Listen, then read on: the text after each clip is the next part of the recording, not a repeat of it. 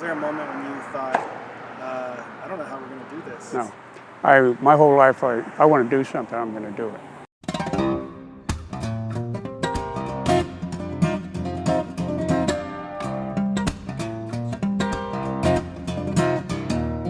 I was born actually in College Hill.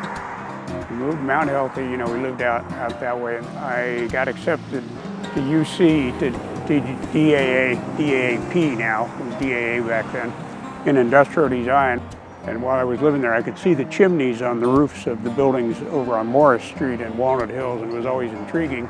And there was this fieldstone row houses on Morris Street and this brownstone row houses on Morris Street. And it turned out, well, the fieldstone row houses is what they wanted to do, tear down, but they didn't really want to tear it down because it was historic, and I understood that. It was owned by a judge in town. He didn't want the black eye, of course, of that happening to him. I said, what do you want for it? He said, I want 30, and I said, well, I'll give you one. And so he sold it to me the next day for $3,000. So I would drive back and forth here between my house in Mount Auburn and down to Morris Street to work on it. And right on this corner of Chatham and East McMillan was this building with this huge stone head, carved stone head of a green man. He's 79 inches tall, and it's 2 tons of limestone, and that's what we're putting up back here where he was for 100 years. He was here from 1889 till 1991. February of 2013, the area council, Walnut Hills Area Council met, and they decided that this half-block area here should become a park because it was the closest open space to People's Corner, where we're doing all our redevelopment work.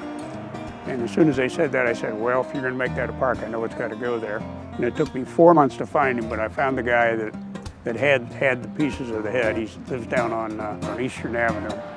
And he, at the time, was living in the apartment upstairs here on Chatham across the street, and saw him taking the building down. He was the first one over to buy it.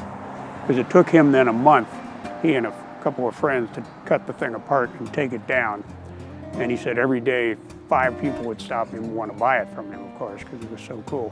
And we found it, and they would part with it. They loved the idea of putting him back in the original place. And so since I was a realtor then, I had just at that time finished closing and making my commission on selling the Windsor School down at Windsor and St. James. I put a deal together to buy the head from those guys, and so I used the commission that I earned in Walnut Hills to buy something for Walnut Hills. I don't know, it's just, I love this neighborhood. I've lived here 40 years, and it's got great things, historic things like this. If I can bring something like this back, that's what the Green Man's about. Was it just like a feeling of excitement and relief? Oh, yeah. Yeah. And hoping my wife would be okay with me using my commission to buy a stone.